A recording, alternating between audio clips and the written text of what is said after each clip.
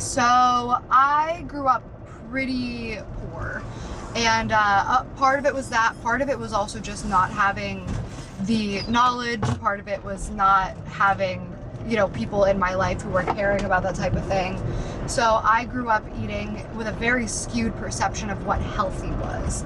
I was also raised in diet culture, especially in the 90s. Diet culture is still very alive and well today, but diet culture in the 90s was very calorie oriented. So the one example that I saw one time that really stuck with me and made me want to make a change in my lifestyle and the way that I was viewing the world and food and health and nutrition was a pack of 100-calorie banana muffins, like those little 100-calorie snacks, 100 calories, or a banana, which is 110 to 120 calories. So if you're looking at calories, the 100-calorie pack of muffins is a better snack, but obviously it's not. Obviously, way the less banana, nutrition. Yeah, the banana is better for you. So I was in a mindset of calories and calorie intake versus outtake. So I need to be working out a lot to burn off the calories. And then I realized that's not what matters. So that was, once I hit that, it was still like a 5-year journey to figure out where I'm taking it too far, because then I moved from forms of bulimia or food restriction to orthorexia, which is an obsession with calories and macros and working out. And in my head, I was healthy because I was doing what a nutritionist said, I was doing what a trainer said, but most of my day was focused around that. Every single waking moment, I was thinking about my next meal because the last one did not fulfill me. So I would wake up, immediately want breakfast, and then I'm counting down the hours until I allow myself to have lunch again. And in between, I'm training. And then I'm also not allowing myself any type of sugar or treat or anything outside of what I deemed an okay food.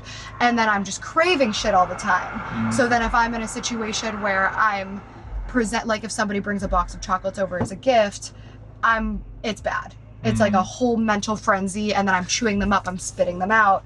I am eating them all, but then feeling bad about it. Then I'm not working out way too aggressively and not eating anything else for the rest of the week to try to rid myself of the crime that I committed by eating the chocolate.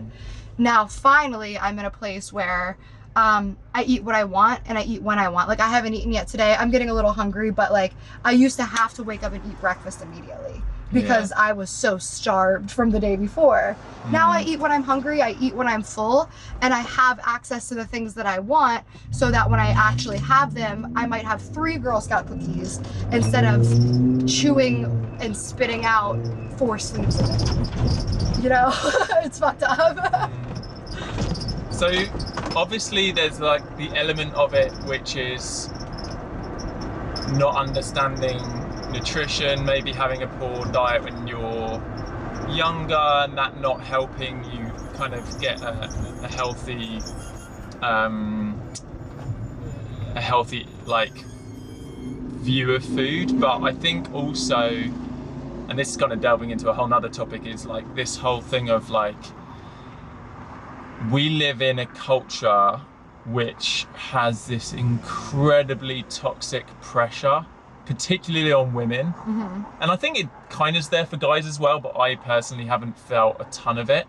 But there is obviously a physical expectation, but I think for women especially, and I think it ties into being sex objects, being objectified by men, living in a patriarchal, misogynistic culture where, for decades, if not centuries, women have been expected to look a certain way, behave a certain way, and essentially there for men's pleasure.